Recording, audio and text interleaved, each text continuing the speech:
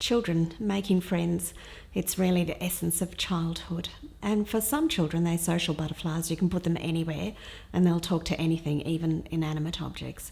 But other children find it a bit more difficult to reach out into that social world and make friends. And there's a formula that we need to teach our kids for making friends, because it's the most important part of their childhood learning. And they're going to take that and put that into their adult relationships, in intimate relationships and friendship relationships.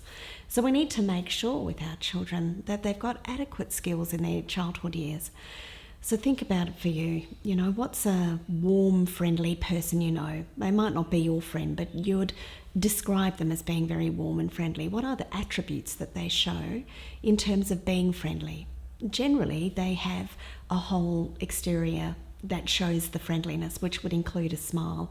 It's pretty important that our children do this, because some children, when they get anxious, go in and they look stricken.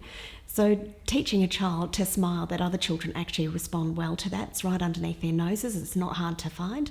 And it's pretty socially attractive for other children to see a happy child who looks like they're going to have fun and not drag the tone of the game down.